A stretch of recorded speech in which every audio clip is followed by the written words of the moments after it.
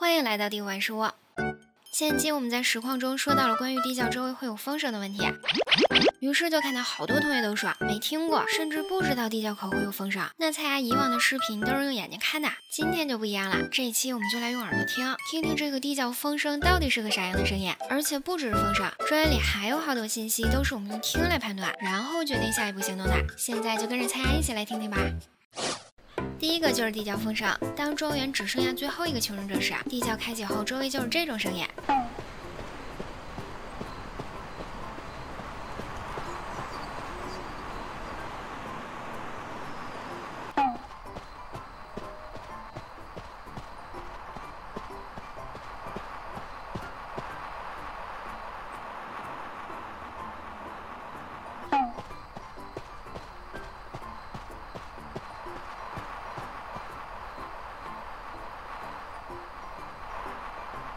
虽然地窖风声只是一个小小的环节，但有时在关键时刻也能发挥翻盘的作用。优点是缩短了排查地窖时间，一旦遇到周围有墙挡住，看不清地窖点，在附近没有听到风声的话，就可以直接去下个位置看看啦。第二个敲钟声就是这种。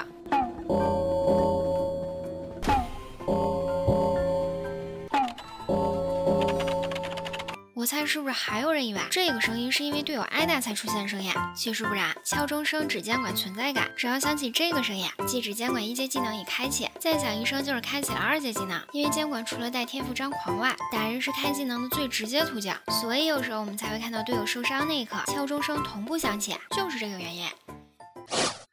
第三个小丑拉锯。每当知道对面是小丑，并且开局拉起了无限锯时，大家是不是都被莫名的恐慌笼罩？其实这个时候不用特别慌，因为我们可以从拉锯声音判断小丑位置和对方拉锯的方向，来提前做好准备躲避无限锯。当然前提是我们一定要戴好耳机，因为耳机的左右声道立体环绕会帮助我们分析以上问题。当你面对正前方，左边耳机声音更大时，就说明小丑此时在你偏左位置，反之亦然。举个例子。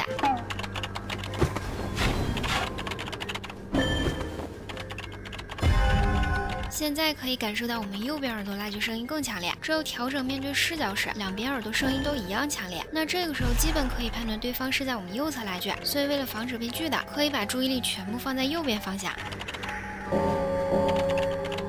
其实队友吃锯验证了我们的判断，但如果途中没有队友受伤或者发消息，这时候就要小心注意力集中的一边，因为老司机很有可能就要接近你啦。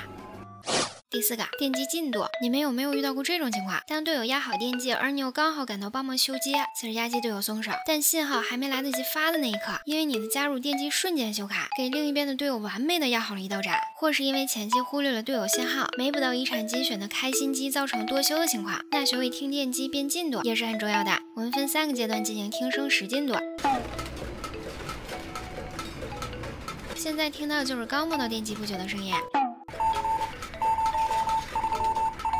其实频率逐渐强烈为修了一半电机的声音，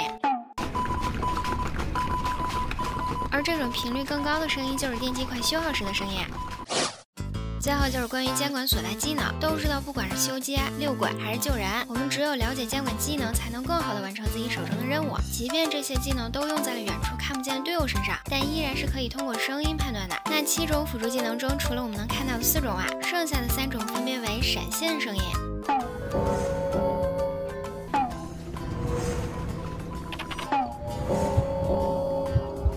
传送声音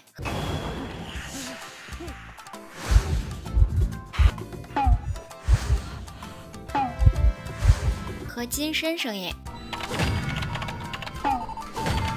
除了求生者需要听声音外，监管还有几个有趣的听声辨别，比如求生者开柜子的声音，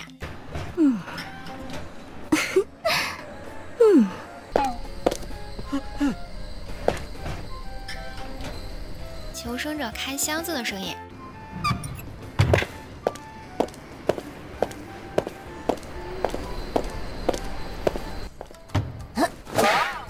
还有柜子中求生者的喘息声。